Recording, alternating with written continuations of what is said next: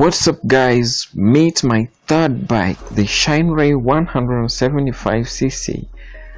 From my previous bike, the Kingbird 150cc, I upgraded to this bike which is more powerful, being powered by 175cc engine.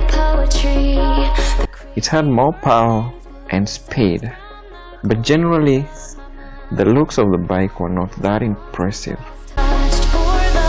With time, I saw the need to upgrade again and had to sell off this bike at about $400 in pursuit of my next bike.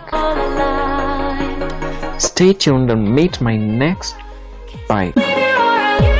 Thanks for watching and kindly subscribe to my channel. What's up guys, meet my second bike, the Kingbird 150cc.